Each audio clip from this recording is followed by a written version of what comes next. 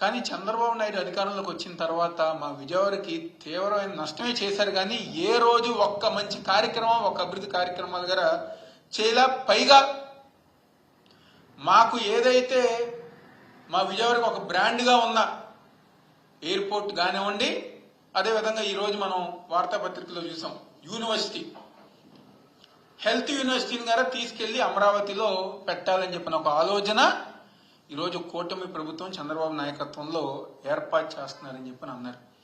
ఇది మాకు ద్రోహం కాదా, మమ్మల్ని మోసం చేసినట్టు కాదా అని చెప్పని ఈరోజు కూటమి ప్రభుత్వం నాయకులు మేమందరం గారు సూటిగా ప్రశ్నిస్తున్నాం. మీరు అమరావతిలో కట్టిన మాకేం అభ్యంతరం లేదు.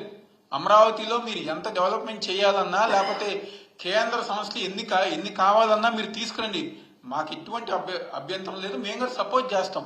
కానీ మీరు అమరావతి డెవలప్మెంట్ పేరుతో మా విజయవాడ ద్రోహం చేస్తే ఎలా, మా విజయవాడని చంపేస్తే ఎలా? ఒక రకంగా చెప్పాలంటే మా ఉమ్మడి కృష్ణా జిల్లాని, మా విజయవాడ నగరాన్ని గొంతు పిసికి చంద్రబాబు నాయుడు చంపేస్తున్నారు.